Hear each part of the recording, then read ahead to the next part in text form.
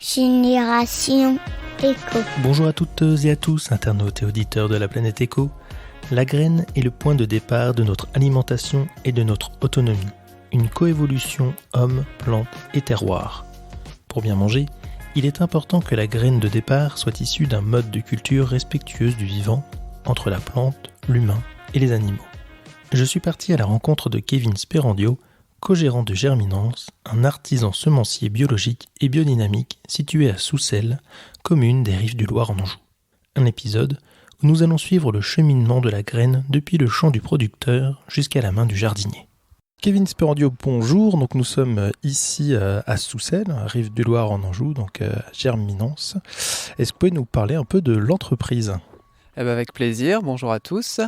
Du coup, l'entreprise Germinance est un artisan semencier biologique. Du coup, nous, on a un réseau d'une 50aine de producteurs basés dans toute la France. Et notre rôle, c'est de leur confier des contrats de production de semences. On les suit durant le printemps, l'été jusqu'à l'automne. On va les voir 2 ou 3 fois par an pour discuter, voir l'état des cultures, conseiller.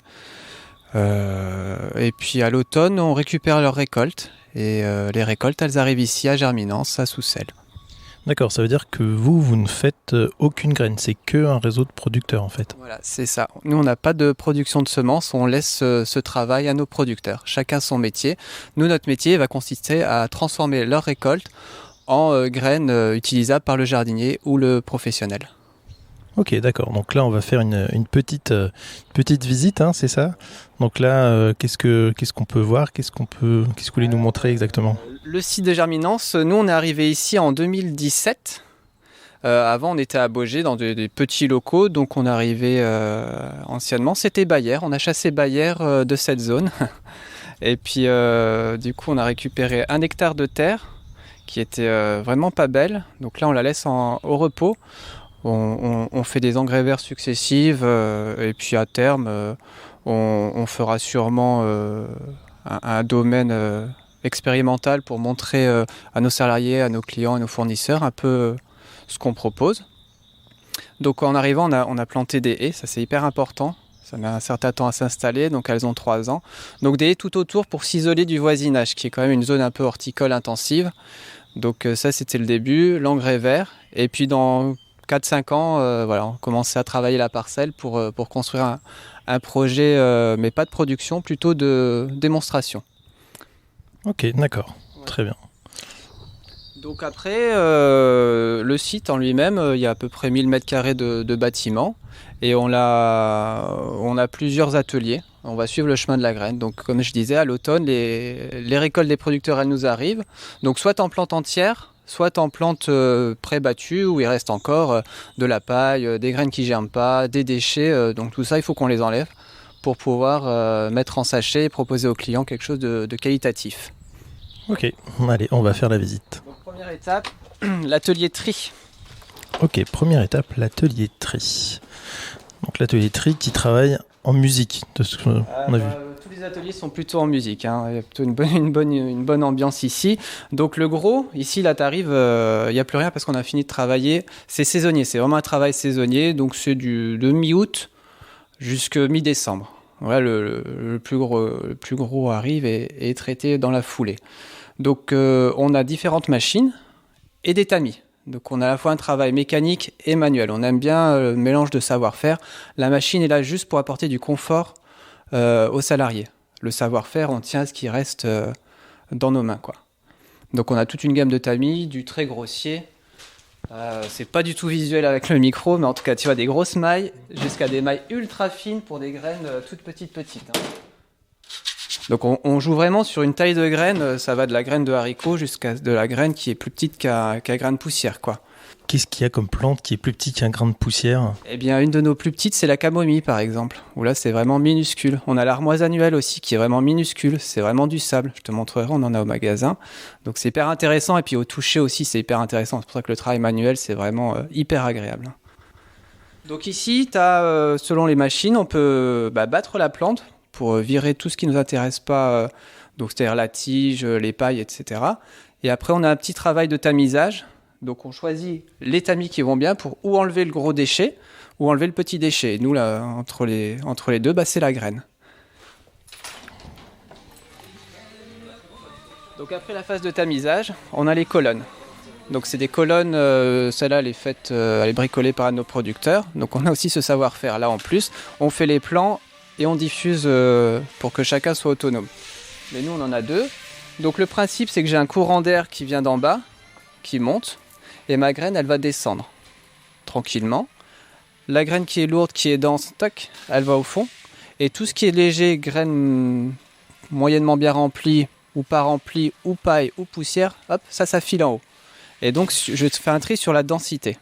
Et ma bonne graine, elle tombe en fond, et puis là, c'est nickel.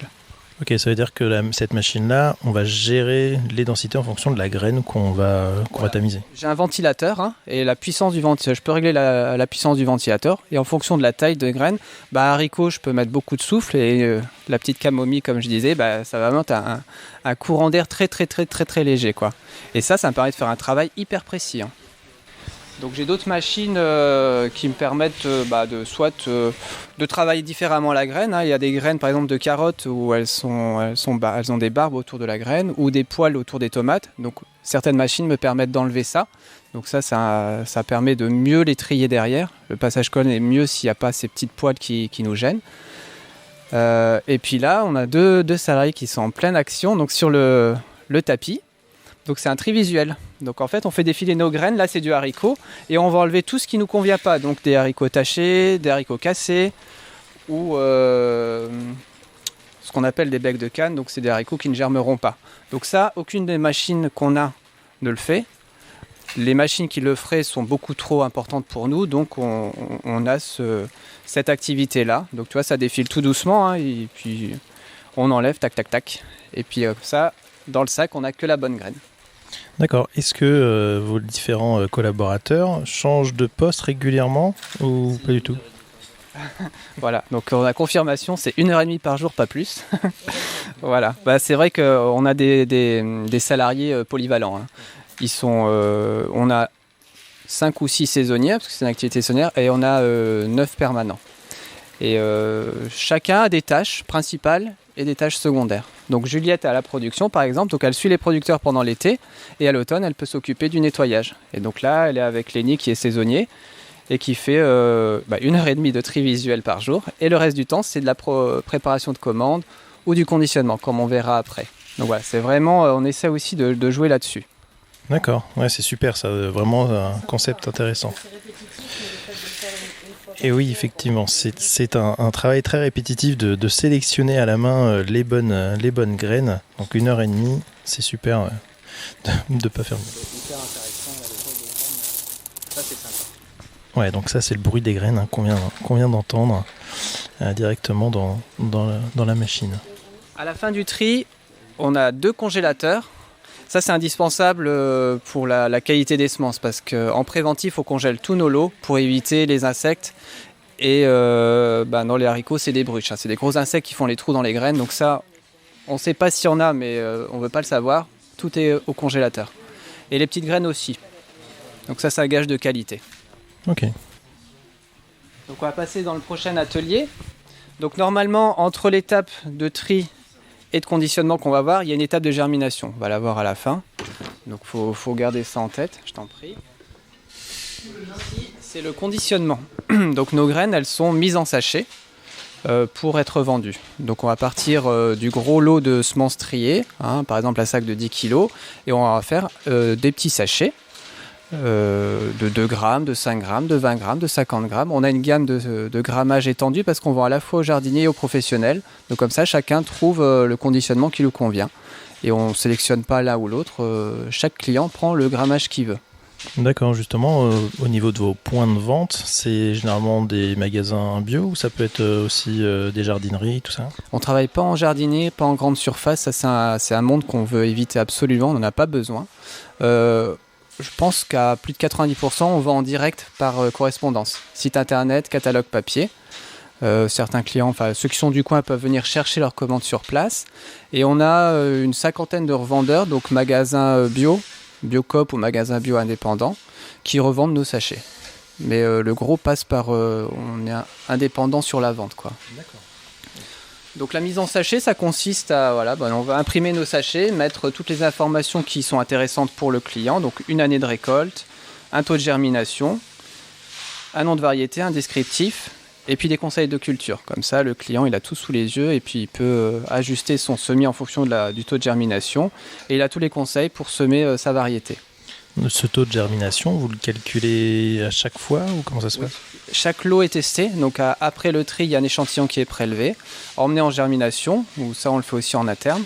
Et puis comme ça, on a le taux de germination le plus précis et le plus à jour possible. On le refait tous les ans. Tant que c'est en vente, on va le retester.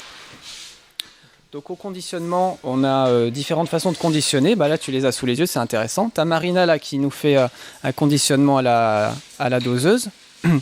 Donc en fait, c'est pour faire des cartouches de chasse à la base. Mais si tu vires la poudre et que tu mets des graines, ça marche aussi bien et ça fait même un meilleur résultat. Parce que tu crées de la vie au lieu de semer de la mort. Donc là, ça marche bien pour les graines rondes. Donc là, on est sur du chou-fleur. Donc ça, c'est impeccable. Là, c'est le compteur à grains qu'on entend tourner. Donc on l'a programmé pour mettre 50 graines de courge musquée, de butternut. Donc lui, il va compter ses 50 graines et passer au sachet suivant. Et nous, notre rôle, c'est de venir alimenter en sachet. Donc au bout de 10 sachets, il s'arrête. Ça nous laisse le temps de venir. C'est pas lui qui décide. On vient recharger en sachet et il repart pour un cycle. Donc comme ça, on associe la machine et puis l'humain. Mais c'est pas elle qui décide. Et puis, on a un conditionnement de haricots, là, qui se fait à la grosse pelle ou à la main. Tu vois, là, on est sur du 50 grammes, alors que Marina était sur du 0,5 grammes. Donc, on joue vraiment sur des grammages très, très, très différents. Est-ce que c'est 50 grammes précis ou on peut quand même... C'est pas moins de 50 grammes. Donc là, on va être sur 51,5 ou 52, etc. Mais on ne sera jamais en dessous. On met un petit peu plus au cas où la graine perde du poids ou X ou Y raison. On veut s'assurer qu'il n'y ait pas moins. Et là, là, on a encore un deuxième contador. On a différentes façons de conditionner les graines. Et du coup, celui que tu n'as pas vu, c'est celui à la dosette. Ça, c'est pour les petites graines. Donc, c'est du bricolé maison. C'est des tuyaux en laiton avec un fond amovible en bouchon de liège. Comme ça me permet de doser mes graines. Donc, sur ma balance, je vais doser, là, c'est 0,5 g. Et une fois que c'est dosé, ça bouge quasiment plus, quoi. Donc ça me permet d'aller assez vite et de ne pas avoir à reprendre, enlever la petite graine, rajouter de la petite graine. Donc c'est assez efficace, quoi. D'où l'idée de bien calibrer nos graines au départ, quoi. Ça a plein d'avantages après. Donc une fois que c'est mis en sachet, on va passer dans la pièce à côté où il y a une machine qui va nous mettre la colle et refermer le sachet. Ok.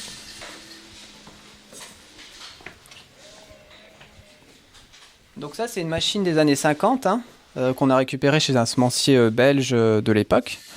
Elle fonctionne toujours très bien.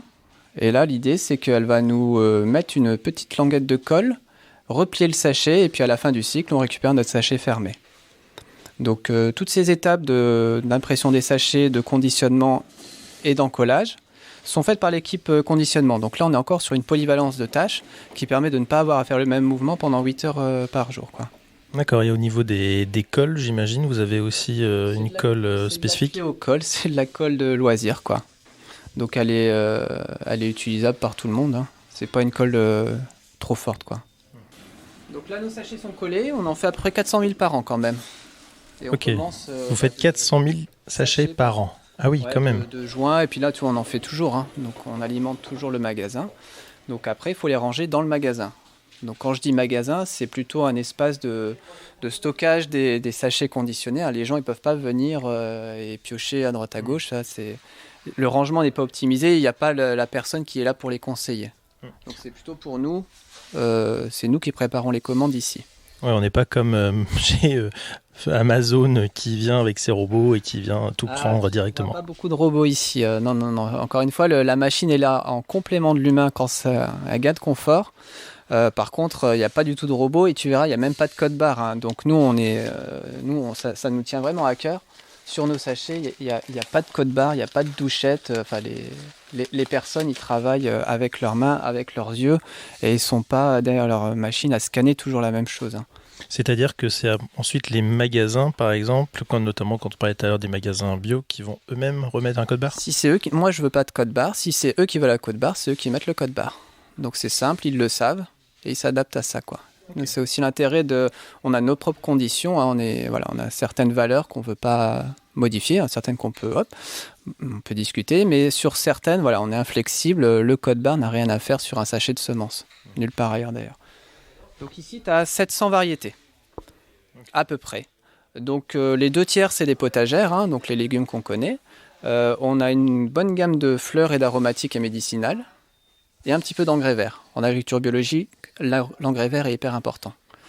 Donc voilà, nos variétés, c'est des variétés population, qui sont librement reproductibles, hein. Donc chaque variété qui est ici, elle appartient à tout le monde en fait. Et donc avec les bonnes méthodes, on peut les remultiplier chez soi. Donc on n'a plus besoin du semencier après, en théorie. Voilà. D'accord, on n'est pas sur la fameuse F1 dont on peut entendre parler. Pas d'F1, pas d'OGM, pas de variété brevetée, pas de variété sous COV, certificat d'obtention végétale.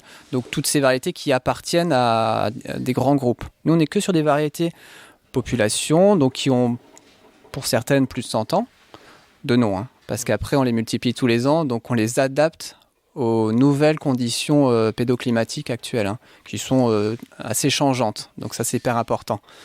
Elles sont toutes en bio, et elles sont en bio depuis leur départ, quoi. Nous on les multiplie en bio depuis 30 ans, donc elles ont quand même une rusticité, enfin dans leurs caractéristiques, elles ont une rusticité.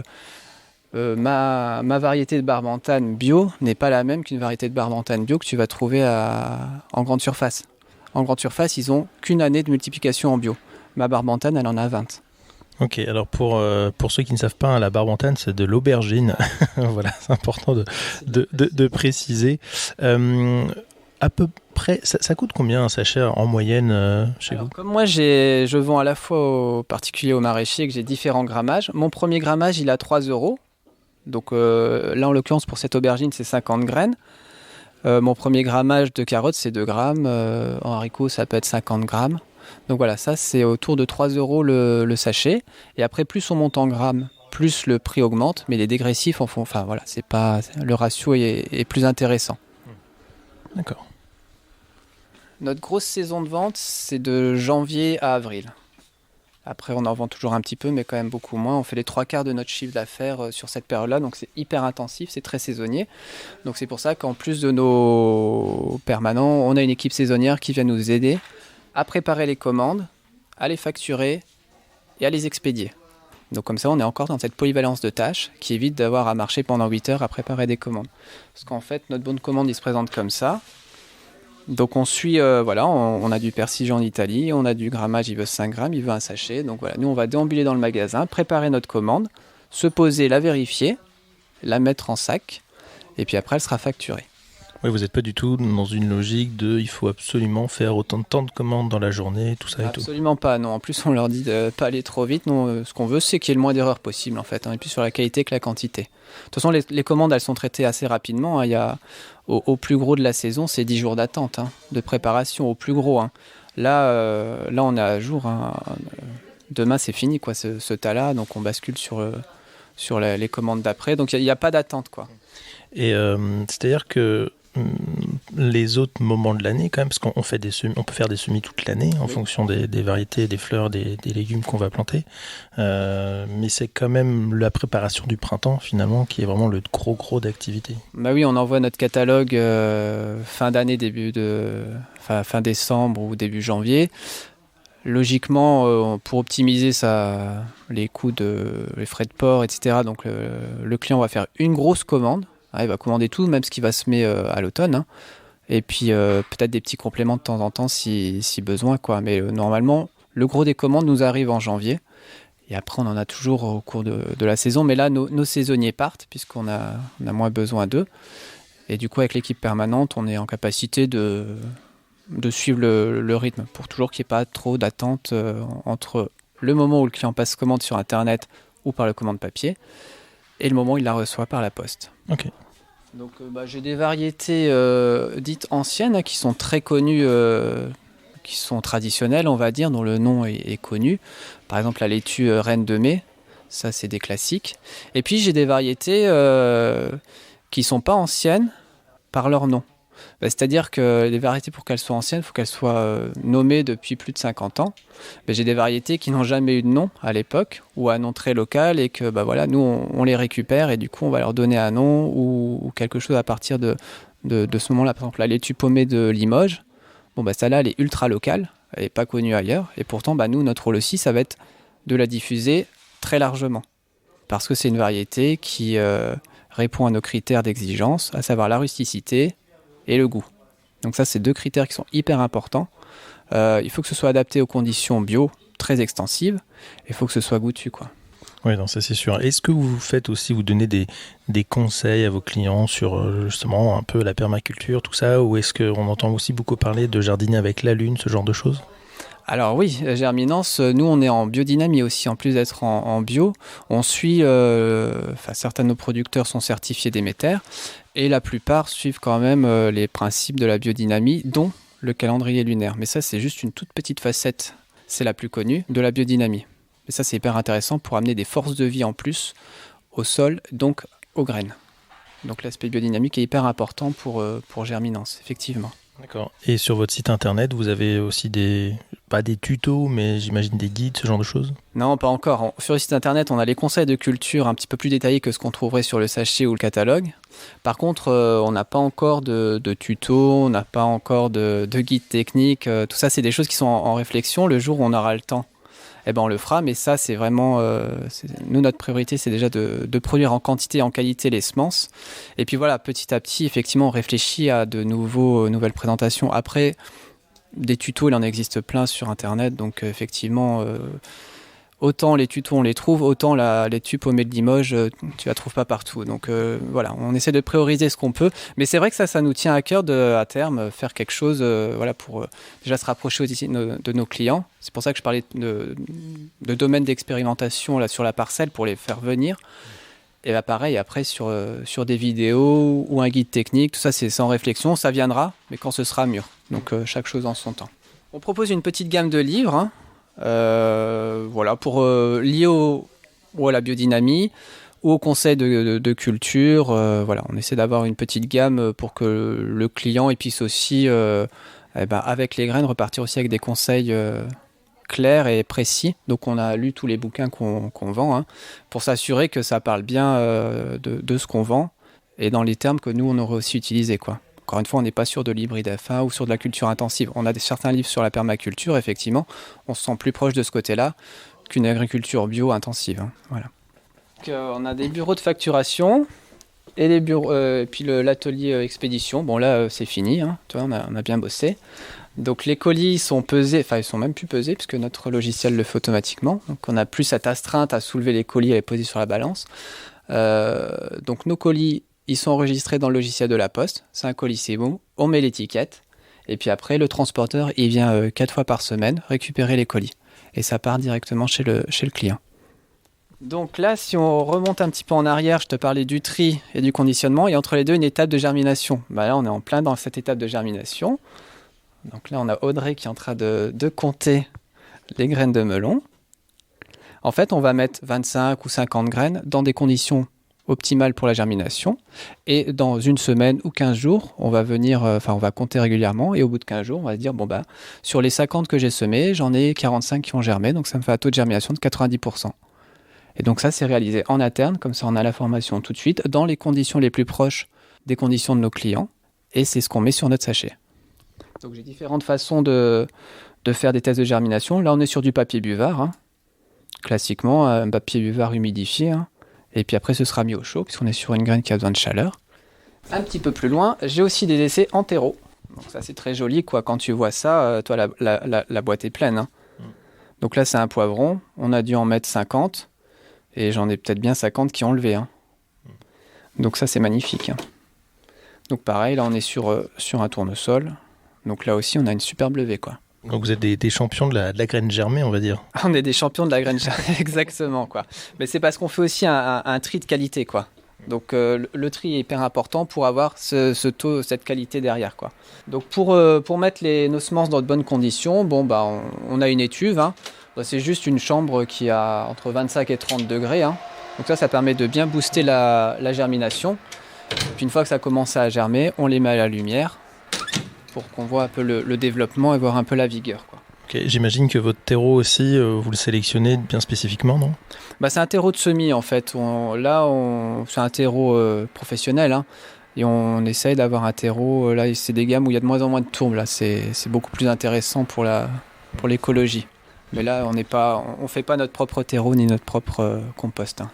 D'accord, non, parce que c'est vrai que comme chaque jardinier ou chaque personne a un terrain, une topologie assez spécifique, c'est vrai que on est un peu dans, entre guillemets, des conditions de laboratoire. Oui. Et donc, même si on indique un taux de germination élevé, c'est possible que ça rate. Ah, bien sûr. Et puis, dans nos conditions, on n'a pas la souris, on n'a pas la limace qui vient manger, qui va prendre sa part. Hein. Donc ça, c'est clair qu'on a le meilleur taux possible. Ça donne le potentiel de notre graine. Si on fait un semis chez soi en intérieur, on peut reproduire ces conditions. Si on fait un semis direct, c'est évident qu'on n'aura pas ce même taux de germination. Mais ça va permettre de dire, si elle germe très bien, c'est pas la peine que j'en mette beaucoup trop en semant, quoi. Si elle germe un petit peu moins bien, ça veut dire je peux mettre un petit peu plus dense, ça se verra pas. Et le taux de germination, c'est obligatoire sur tous les sachets de graines, tous les fabricants le font ou c'est spécifique à la germinance ? Alors tu as des normes obligatoires, hein, donc tu ne peux pas vendre une semence en dessous d'un certain taux de germination qui dépend de l'espèce. Hein. Une tomate, ce sera 75%, une aubergine sera 65% par exemple, mais il n'est pas obligé de figurer sur le sachet. Donc en interne, le semencier va faire son test, ok, ça passe, donc je vais pouvoir vendre. Et ce qui se fait habituellement, c'est de mettre une durée de validité de la semence à consommer avant le... Voilà, donc nous, on ne fait pas du tout ça. Nous, on va dire au client quand est-ce que la semence elle a été récoltée et son taux de germination. Donc avec ces deux infos-là, lui, il sait que sa semence, elle peut dépasser la durée de validité théorique que le semencier lui aurait indiqué, quoi. Donc on est sur du vivant, donc le vivant, ça évolue. Et donc nous, on met les informations qui sont pertinentes pour le client. Pour moi, une durée de validité, ça veut rien dire. Effectivement, c'est vrai qu'on voit souvent des durées de validité, mais c'est vrai que ça ne veut pas dire grand-chose, notamment sur ces fameuses hybrides ou F1. Là, oui, sur les hybrides ou autres, on est là-dessus. Mais bon, le vivant, on ne peut pas lui mettre une date de péremption sur du vivant. C'est comme si nous, on avait une durée de validité, on ne la connaît pas à l'avance, quoi. Donc les graines, c'est pareil, c'est du vivant, donc ça se respecte. Justement, ça fait une belle transition avec une question que j'ai sur tous mes podcasts que je pose à tous mes invités. C'est est-ce que vous pensez que les futures générations auront une fibre un peu justement éco ? Alors on peut mettre plein de choses derrière éco, mais... je l'espère. En tout cas, c'est pour ça aussi qu'on accueille plein d'étudiants, plein d'enfants. On sent qu'ils aiment bien mettre les mains dans la terre, les mains dans la graine et qu'ils ont une conscience un peu plus éveillée. Mais ça dépend aussi des parents, ça dépend aussi de leur milieu de vie. Donc je le souhaite qu'il soit plus éco, tout ce que tu veux derrière, mais c'est aussi à nous de donner l'exemple, quoi. Donc ça commence par nous, quoi. Sinon on est plus éco, les enfants ils seront plus éco aussi, quoi. Tout à fait. Est-ce qu'on peut rappeler l'adresse du site web où on peut commander les graines ? Alors c'est germinance.com. Donc GERMINANCE. Pour bien préciser également. Ok, merci beaucoup Kevin pour cette visite et l'explication du fonctionnement donc comment les graines sont mises en sachet. En tout cas, j'encourage bien sûr tous les auditeurs à aller sur germinance.com. C'est vraiment une très très belle entreprise et si vous avez eu l'occasion de passer donc à Soucé à la rive du Loir en Anjou, je pense qu'il y a des visites qui peuvent être organisées régulièrement. Il suffit juste de vous appeler. Oui, régulièrement je sais pas, mais s'il y a un groupe qui est intéressé, ça peut se faire. Là, le 23 avril, je fais une formation production de semences sur le site avec justement l'association Rive du Loir en transition. Donc voilà, donc il y a des choses qui sont possibles. Nous on est ouverts, nous on est là pour diffuser et les semences et le savoir-faire, donc il n'y a pas de problème. Ok, super. Merci Kevin. Avec plaisir.